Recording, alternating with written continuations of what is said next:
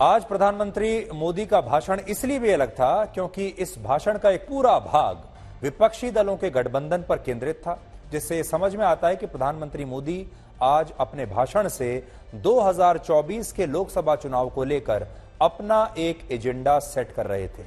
और जैसा हमने आपको कहा, यह पूरी तरह से चुनावी भाषण था और इस दौरान उन्होंने ये बात भी कही कि जो पॉलिटिकल पार्टीज आज हाथों में हाथ डालकर घूम रहे हैं वो हालात बदलते ही छुरियां भी निकाल लेंगे। लेकिन अगर आप एक बिग पिक्चर देखेंगे, लार्जर पिक्चर देखेंगे, तो बड़ी बात यह है कि प्रधानमंत्री मोदी जो बात कहना चाह रहे हैं वो ये कि मैं गरीब का बेटा हूं और कांग्रेस पार्टी में जो गांधी परिवार हैं ये अमीर लोग हैं।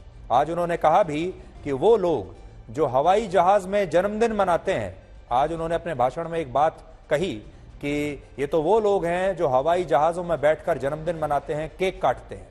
आज असल में वो इस तस्वीर की बात कर रहे थे जो आपके सामने है। ये पुरानी तस्वीर है, हवाई जहाज की तस्वीर है, जिसमें आप देख पाएंगे इंदिरा गांधी बैठी हैं, भारत की पूर्व प्रधानमंत्री, सोनिया गांधी बैठी हैं उनके सामने, और राहुल गांधी जब उनके बचपन की तस्वीर है, और प्रियंका गांधी वाड्रा भी उनके सामने बैठी हैं, और सामने एक बर्थडे केक रखा हुआ है। और अब ये कहना मुश्किल है कि किसका बर्थडे है, राहुल गांधी का है या प्रियंका का है, लेकिन ये बर्थडे केक काटा जा रहा है और ये हवाई जहाज में काटा जा रहा है।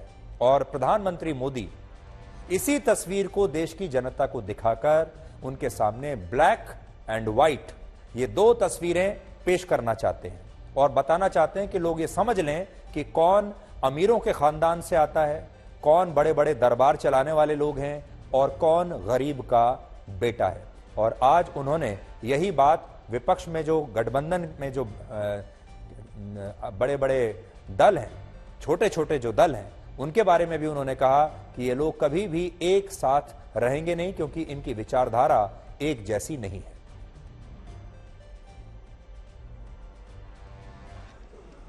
वोटरों को बुलाने के लिए गांधी नाम भी हर बार वो भी चुरा लिया। कांग्रेस के चुनाव चिन्ह देखिए, 2 बैल, गाय बछड़ा और फिर हाथ का पंजा।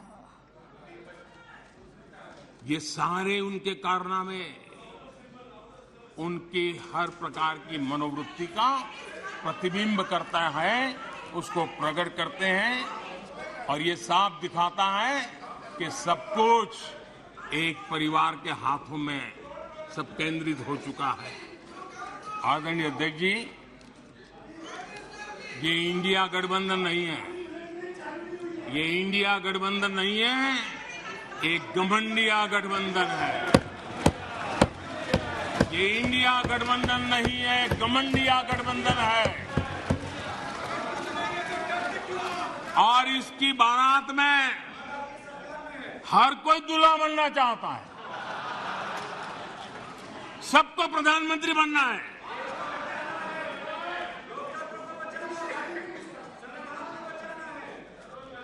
आदरणीय अध्यक्ष जी, इस गठबंधन ने यह भी नहीं सोचा है कि किस राज्य में आपके साथ, आप किसके साथ कहां पहुंचे हैं। पश्चिम बंगाल में आप टीएमसी और कम्युनिस्ट पार्टी के खिलाफ है और दिल्ली में एक साथ है।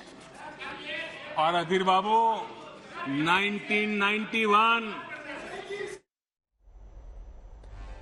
और प्रधानमंत्री मोदी ने आज लोकसभा में अपने तीसरे टर्म की घोषणा भी कर दी। उन्होंने कहा मैं ही वापस आ रहा हूं, हमारी सरकार ही वापस आएगी, और इसकी गारंटी देते हुए उन्होंने विपक्ष को कहा कि देश को विश्वास है कि विपक्ष अब वर्ष 2028 में फिर से उनके खिलाफ ऐसा ही अविश्वास प्रस्ताव लेकर आएगा। अब आप सुनिए कि हमारी सरकार के अगले टर्म में तीसरे टर्म में भारत दुनिया की तीसरी टॉप अर्थव्यवस्था बनेगा। जब हम ये क्लेम करते हैं कि हम आने वाले 5 साल में नए तीसरे टर्म में हम देश की इकोनॉमी को तीसरे पर लाएंगे। तो एक जिम्मेवार विपक्ष क्या करता, वो सवाल पूछता, अच्छा भाई बताओ, निर्मला जी बताओ कैसे करने वाले हो, अच्छा मोदी जी बताओ कैसे करने वाले हो, आपका रोड मैप बताओ। ऐसा करते। अब ये भी मुझे सिखाना पड़ रहा है। इतने सालों तक सत्ता में रहने के बाद भी क्या अनुभवताहीन बातें सुनने को मिल रही है जी। क्या कहते हैं ये कहते हैं इस लक्ष्य तक पहुंचने कुछ करने की जरूरत नहीं, ऐसे ही होने वाला है। और आखिर में आपको बताते हैं जिसका विपक्ष को इंतजार था। प्रधानमंत्री मोदी ने आज मणिपुर के बारे में भी बात की है, लेकिन दुर्भाग्य यह रहा कि जब तक उन्होंने मणिपुर के बारे में बात करना शुरू किया, विपक्ष सदन से जा चुका था।